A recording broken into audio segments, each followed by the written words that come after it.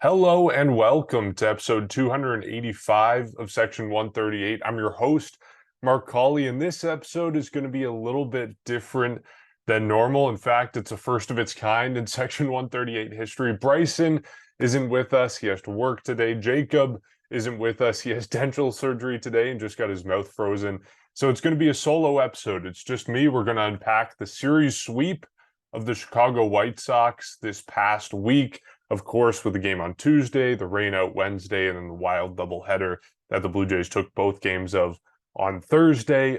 We got lots of questions, lots of mailbag from our listeners, and so we'll get to that later. But let's just start off with the obvious. Of course, the Blue Jays take this massive sweep. I think it's a valid question. Are the Blue Jays getting hot at the right time? It's always a good time to get hot, but especially right before the All-Star break, and especially when you look at how other teams are performing right now, teams in the wild card race.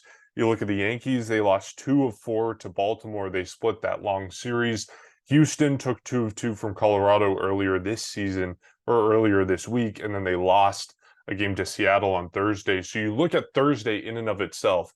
The Yankees lose to Baltimore, the Astros lose to Seattle, and the Blue Jays win twice against the Chicago White Sox. So just a huge day to gain ground in the standings. And now in the wild card standings, they're tied with the Yankees for the third wild card spot, and they're only one game back of Houston for the second wild card spot. So I know we always rail on the Blue Jays in this season for being such a massive disappointment, and in a lot of ways it is.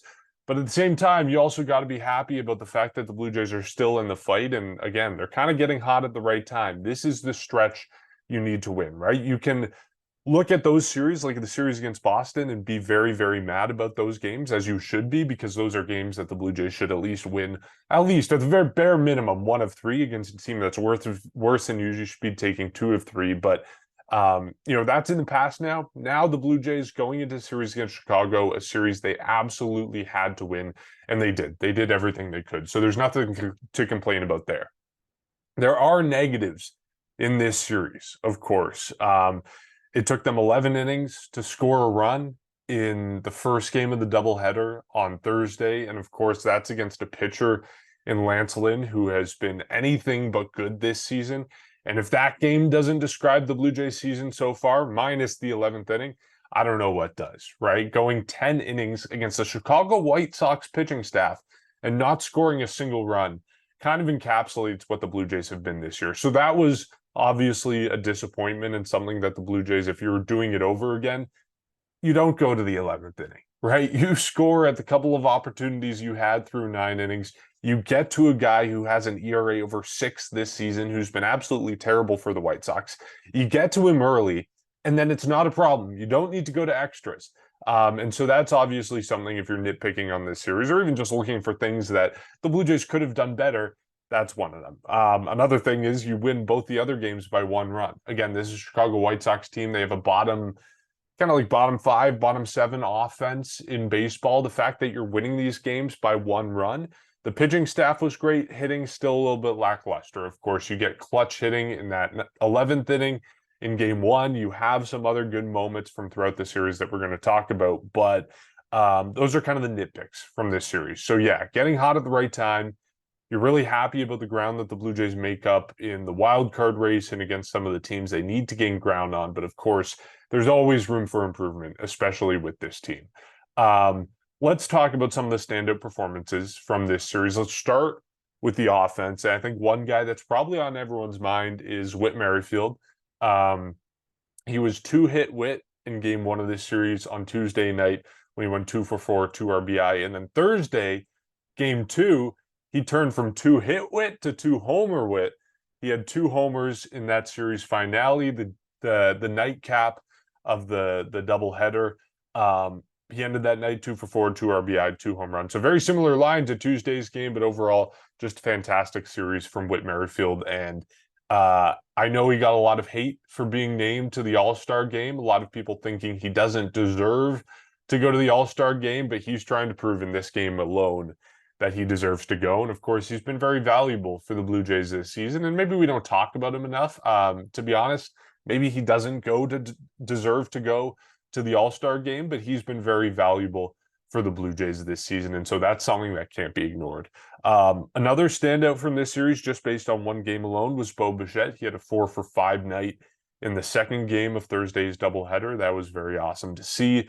Vladimir Guerrero Jr., after the series that we saw against Boston, after the series that we saw in San Francisco, Oakland, etc., the power continues. He went 5-for-14 total over the 3 games. A big home run on Tuesday night to take the lead. And of course, that is exactly what you want from the Blue Jays. The power has been missing. This has been something that I've been talking about over the last couple of weeks. The power is the real problem with this offense, or at least it was the real problem with this offense. They were getting no power out of anyone prior to the last, 2 weeks, basically.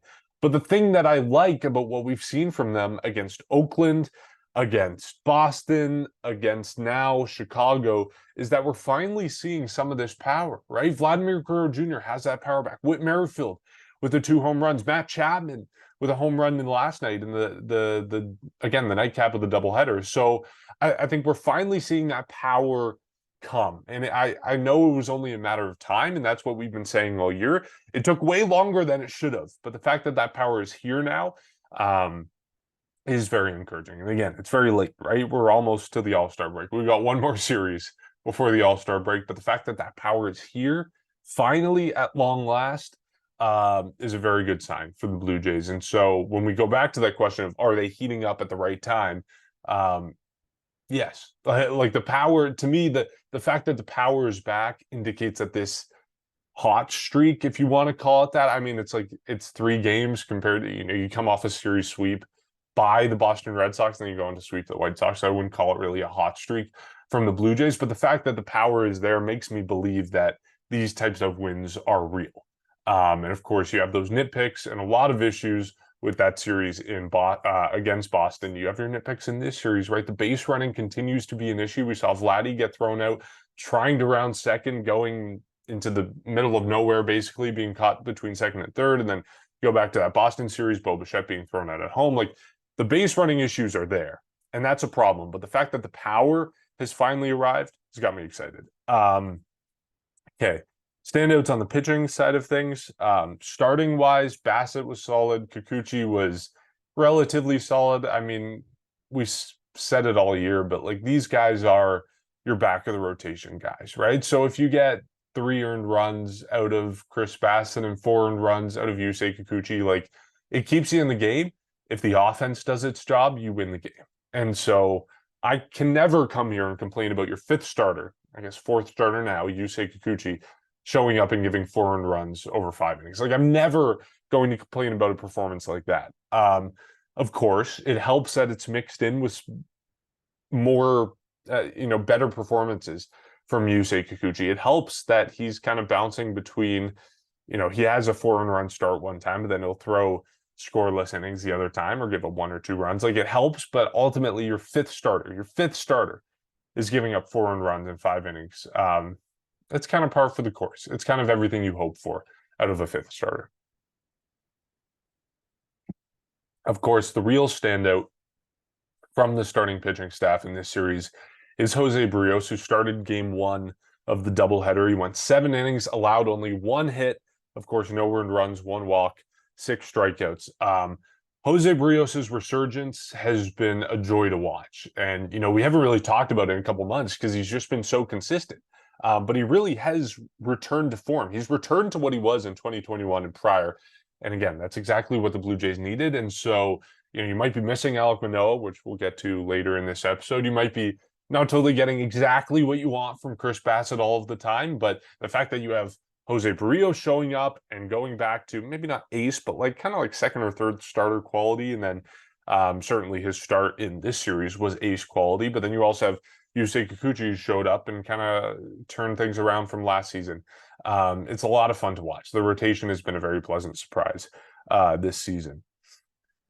To stay on pitching for a little bit, let's go to sweet relief, which we haven't done in a little while. It's tough to do when you're getting swept by the Boston Red Sox. But in this series, we had a lot of good relief appearances. First off, I'm going to give an honorable mention to 3 guys, Jordan Romano, Tim Meza, and Nate Pearson. All 3 of them were great out of the bullpen. They pitched really important innings for the Blue Jays, especially Jordan Romano coming out twice in this series in the first game of that doubleheader, and just shutting the White Sox down, right? The offense didn't score a single run. It was 0-0, but Jordan Romano comes out and does exactly what you need him to do. But along the same lines, today's sweet relief for this series, the award goes to Trevor Richards. He pitched 2 innings in that first game of the doubleheader on Thursday, gave up 1 hit, struck out 4 in relief of Jose Barrios. And again, 0-0 game. The entire game up until that point comes down to Trevor Richards. He's pitching the 8th and 9th innings in a tie game, a 0-0 game. Everything comes down to what he does in that moment, and he managed to not just pitch a gem, not just pitch really well, but keep the White Sox off the board, keep them out of the base paths, and ensure that the Blue Jays still, the offense, give the offense a chance to win it, right? Because ultimately, when it's tied 0-0, that's ultimately all you're trying to do. You're trying to give the offense a chance to win it. And Trevor Richards did exactly that. So that was very encouraging, awesome to see, incredible. And of course, he's been great this season for the Blue Jays overall. We talked, I don't know if it was last episode, a couple episodes ago, but the potential of stretching Trevor Richards out. That doesn't seem like it's going to be necessary now that Alek Manoah is, of course, on his way back. He's starting tomorrow against the Detroit Tigers, I guess today, now that I'm recording this.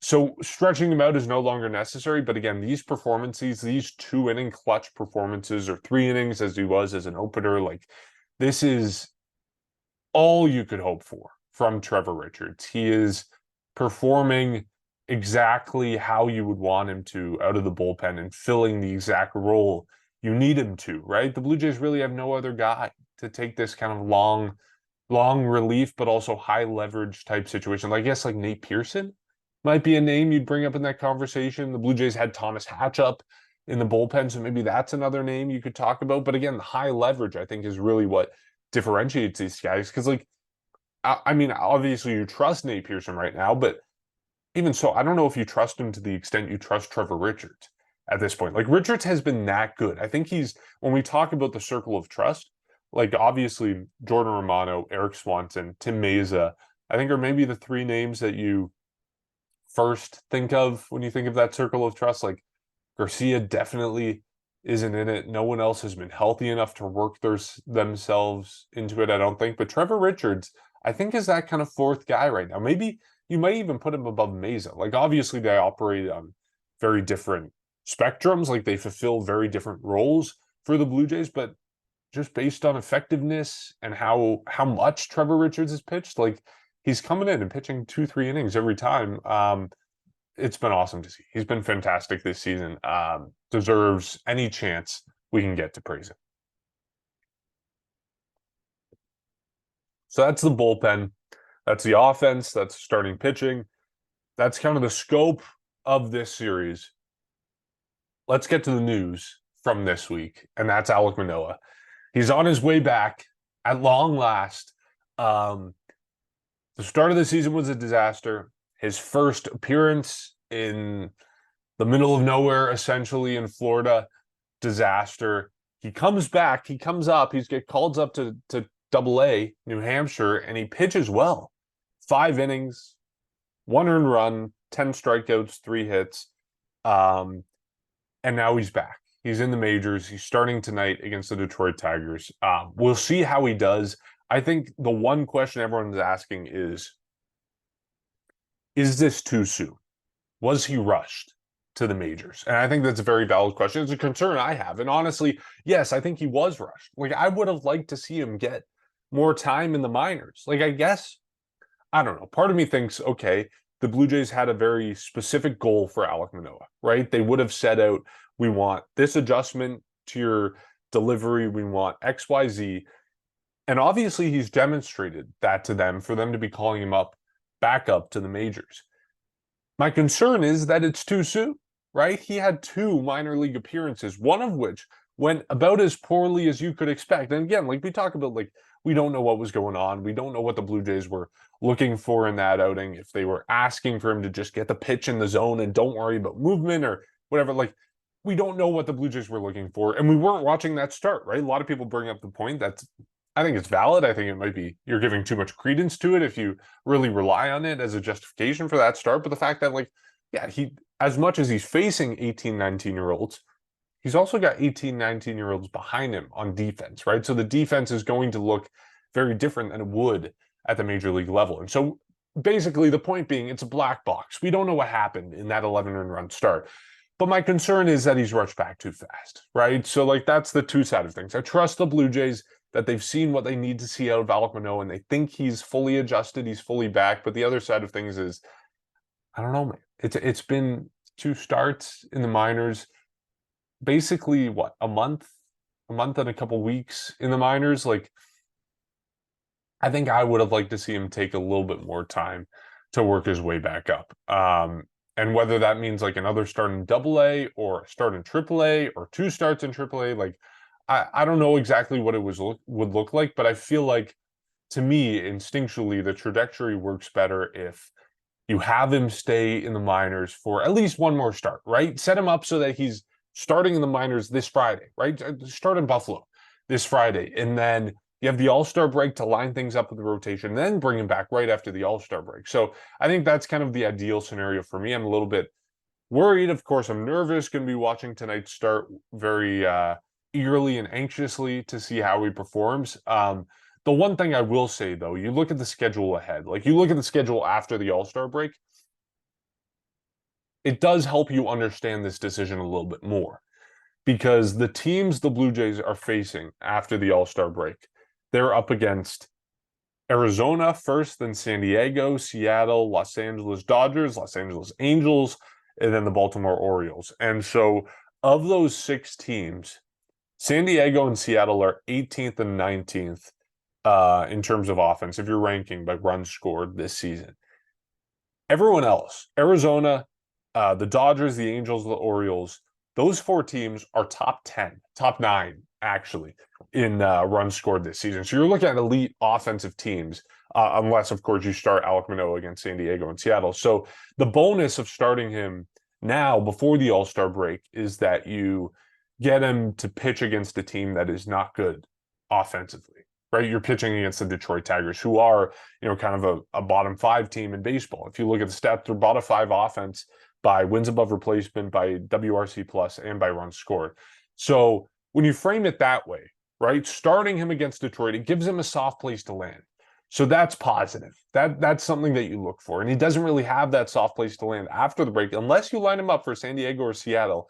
And even then, those are both better offensive teams than the Detroit Tigers. So that setup is part of the justification for the Blue Jays, I think. And then even after that, you go into the month of August and the Blue Jays face Boston, which is also kind of this top 10 offense in baseball. So that timing, that structure makes sense. But I am a little worried that they are bringing him back too fast. Originally when he was sent down, I estimated that he'd be back between the All-Star break and the trade deadline. We're almost there. He's basically like he's pitching the third game before the All-Star break. So it's like very, very close, but Jacob deserves credit for originally predicting, I guess, the closest to when he actually returns to the majors. But again, going to be watching tonight very anxiously, very excitedly to see how he pitches. And of course, there is a lot riding on it, right? You can only go with a bullpen day once every 5 days for so long. And, it's another question of what happens when Ryu is back. But what happens at the deadline as well. Like, did the Blue Jays acquire a starting pitcher to solidify the rotation, guard against injuries, improve on the back end if you're worried about Kikuchi or Bassett or even Manoah down the line? Like, that's a valid conversation that we're going to be having. We're going to be previewing the trade deadline as soon as we come out of the All-Star break on the podcast. But I don't know. Lots of questions moving forward. A lot of it depends on how Alek Manoah pitches and whether we see what we need to see from him. And of course, the Blue Jays think we will. So we will wait and see, as always. I mentioned we have a mailbag this episode, and we've got a ton of great questions from our listeners. Just a reminder, if you want to participate in our mailbags, if you want to engage with anyone who listens to this podcast, and of course, Jacob Bryson and I, who host this podcast, join our Discord. The link is below this episode. You can find everything below this episode, but the link to our Discord is there, and you can join other 70 other listeners to chat about baseball and, of course, submit your questions for a mailbag.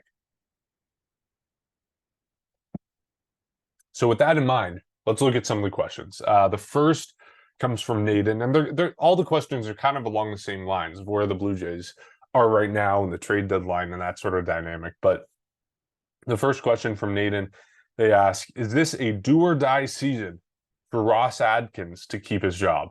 And it's a really interesting question, right? Because you go back to 2016, he takes over as general manager.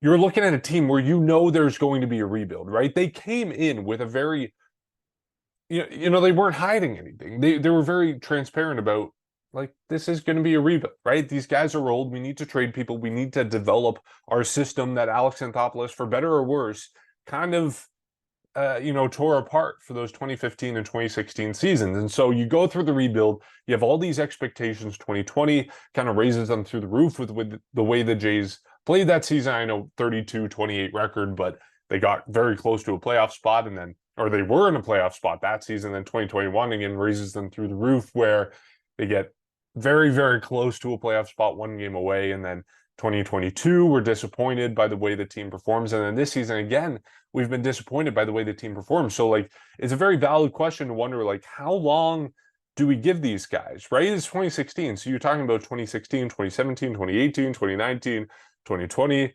21, 22, 23. We're talking about 8 seasons at this point where they've been, I say they, Ross Atkins, Mark Shapiro not really in charge of the day-to-day baseball activities, but Ross Atkins has been running this team for 8 seasons. At what point do you say the results that he's putting up aren't enough to justify keeping your job? And I'll say this, last year when the Blue Jays fired Charlie Montoyo, I thought that was the wrong decision, because I thought the blame lied more on Ross Atkins for roster construction than it did on Charlie Montoyo. And of course, what we learned after the fact about the fact that, Montoyo was kind of losing the clubhouse, that sort of thing, that changed the perception, right? You can't have a manager lose the clubhouse. And in that case, it makes sense for Montoyo to be fired. But a lot of the problems with that team and this team were roster construction, right? The Blue Jays this year just don't have enough power. They just don't have enough power. That's the problem with this team. You go back to last year, the pitching, both the starting pitching and the bullpen were terrible. And you can't blame Charlie Montoyo on the fact that Yusei Kikuchi was terrible, right? You can't blame Charlie Montoyo on the fact that you had no one to trust out of the bullpen. And so I think a lot of the problems on this team come down to roster construction, more so last season than this season. But I really think a lot of the problems come down to that. And so in terms of is this a do or die season? No, I don't think so. I think I shouldn't say regardless of what happens this year, but I think even if things go south this year and they miss the playoffs, or they kind of end up in a similar situation as last year where they make it, but it goes terribly, I still think Ross Atkins has a job. I think next season may be the do or die year, right? Because you're getting towards the end of Vladdy and Bo's time with the Jays, or at least their initial contracts with the Jays. You're getting towards the point where you need to start planning for the next stage of Blue Jays baseball, right? What's the next phase? What comes next after these 2 players leave? What's the next, if these 2 players leave, do you re-sign them? Do you extend them? I think we're kind of entering that phase. And so I think if next season goes poorly, under expectations, that sort of thing, I think Ross Atkins may be on his way out. But again, if this season goes well, if the Blue Jays again, continue this little hot stretch and they turn it into a wonderful season, I think if they make it to the division series, maybe the championship series, at that point, you're talking about a successful season.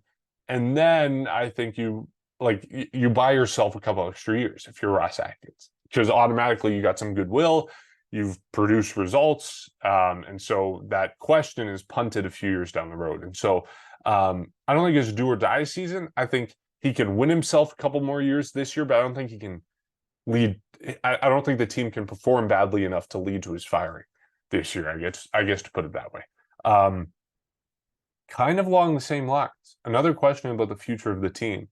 Nick is asking, when do the Blue Jays retool as a team? And kind of along the same lines, he also asks, who is the first A-list player to get traded, if any, I think these are kind of along the same lines because I think retooling this team means that you're trading an A-list player. Like you're kind of refocusing around a different ideal, a different strategy. In terms of who it's going to be, like does Matt Chapman count as an A-list player? Because I think he's maybe the most likely to be traded out of anyone. Just the fact that like first off, I don't think he's going to re-sign this year. Like I don't know if I think it might be kind of a mutual thing. Like maybe he wants to come back. I don't know if he's a great fit with the Jays right now. Like obviously he had a fantastic start to the season, but the way he's kind of bottomed out offensively over the last couple months, I just don't know if he's the perfect fit for this team.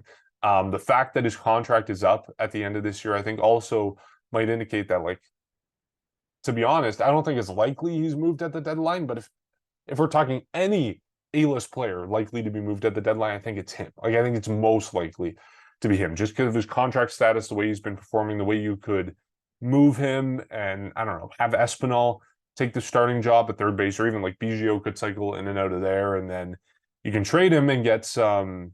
I don't know if you get more power, like if you get like a first base DH type, although the Blue Jays kind of packed the, I guess like an outfielder, maybe like a fourth outfielder who has a lot of power. Maybe you trade him for that, or maybe you look for a couple relievers out of the bullpen who can help you. So I think, as much as I don't think it's likely, I think it's the most likely scenario of any A-list player for the Jays to be traded. And in terms of when did the Jays retool, I guess if they trade Chapman, that counts as a retooling. I don't know. It depends how you define retooling. And again, I think it depends on the outcome of this season. Like if the Jays massively underperform the rest of the way, you're going to be looking at a retool where potentially you're firing Ross Atkins, although again, I don't think that's likely. You're trading some guys, you're refocusing the team, but ultimately, like if they're even close to successful this year, I think like you're looking at you're not going to retool while you still have Vladdy and Bo. Like that is the core of this team, and that's kind of the clock of this team. When those contracts run up, that's when this phase is over. And so I think that's kind of what this all hinges on. One final mailbag question from iTone. They ask, would a bat at the deadline help offensive inconsistencies? Absolutely. Absolutely. I know Ross Atkins came out like a week ago or a couple days ago now and said top priority at the deadline is pitching. I don't really see that, to be honest. I think the top priority at the deadline should be hitting. That's the problem with this team. I've been saying it endlessly. This is a team that's built around the offense, and the offense is not performing, and you need to shore it up somehow. I would love for them to go out and seek a power bat that can fit into the middle of this lineup and drive in some runs. That's what they're missing. They're missing that type of bat, and I really want the Blue Jays to add that. So yes, absolutely. I think adding a bat, especially a power bat, because that's what the Blue Jays are missing somehow. Like maybe I guess technically the addition is Vladdy heating up finally and finding that power, but they absolutely need power. And so yes, absolutely, they should add a bat at the deadline, and it would help with the offensive consistencies they've had this year.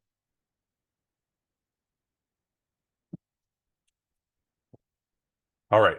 So that pretty much covers this series against the Chicago White Sox. We got one more series before the trade deadline against the Detroit Tigers. Alek Manoah is going to be starting tonight against Alex Faedo. Alex Faedo has a 5.54 ERA. And then on Saturday, we've got Gausman versus Matt Manning with a 4.84 ERA. And then finally, in the series finale, the first half finale before the All-Star break, before the Home Run Derby, before the amateur draft, we get Chris Bassitt versus Tariq Skubal. Skubal made his season debut against Oakland last time out. He didn't give up. I think it was 4 innings pitched, no earned runs, but against Oakland. So, like, I don't know how much you want to read into that, but that's kind of the situation the Jays are facing in this series. In terms of series predictions, Bryson and Jacob both got their series predictions in, and they both say the Blue Jays are going to sweep this series. I like the optimism, but I can't agree with it. I think the Jays are going to win with Manoah on the mound. I'm optimistic despite my concerns that they rushed him back. I think they're going to win with Gausman on the mound, but I think they're going to lose the series finale on Sunday with Chris Bassitt on the mound, unfortunately, just based on the way he's been pitching and a little bit shaky, although he had that solid start against the Chicago White Sox. To update where the series prediction standings lie right now, it's been a weird couple of days. we haven't updated this for a while, but Bryson now is sitting pretty again, still in first at 51 points. He gets 3 points from this series because he predicted the sweep correctly. Jacob and I both get 1 point for saying the Jays would go 2-1. So that leaves Bryson 51 first. I'm in second at 46 points. Jacob has made up a little bit of ground. He's made up a little bit. He made up a lot of ground in the Oakland series when he predicted the Jays would go 2-1, and both Bryson and I predicted a sweep.